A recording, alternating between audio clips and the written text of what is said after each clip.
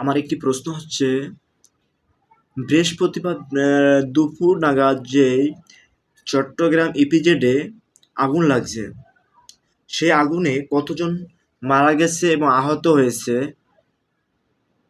আমরা কি সেই তথ্যটি পেয়েছি? আজ শনিবার, অর্থাৎ 2 দিন হয়ে গেছে, আমরা তার কোনো সঠিক তথ্য পাইনি। কেন পাইনি?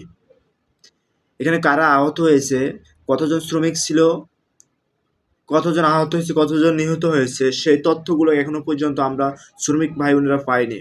কেন? আমরা শ্রমিক দেখে কি আমাদের মূল্য নেই? আর আমরা কাজ করি তো দেখে এদেশের চাকা ঘোরে, কেন সেই সঠিক তথ্যটি আমাদেরকে শোনানো হয়নি? এর জবাব চাই আমরা।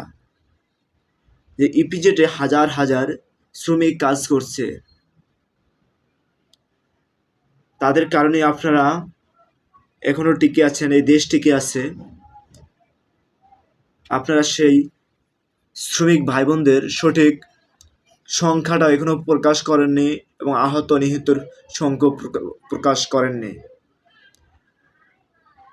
তাহলে আপনারা আমাদের শ্রমিক ভাই বোনদের জন্য কি করছেন বলেন? আজ যে বাংলাদেশের যে কোনো একটি প্রতিষ্ঠান ধ্বংস হোক, আপনারা আমাদের খুঁজে নেবেন না। তাই এই ধরনের কাজকে আমরা তীব্র নিন্দা জানাই। আমরা আশা করি 72 ঘন্টার মধ্যে আমাদের কতজন শ্রমিক মারা গেছে এবং আহত হয়েছে সেই সকল তথ্য দিবেন।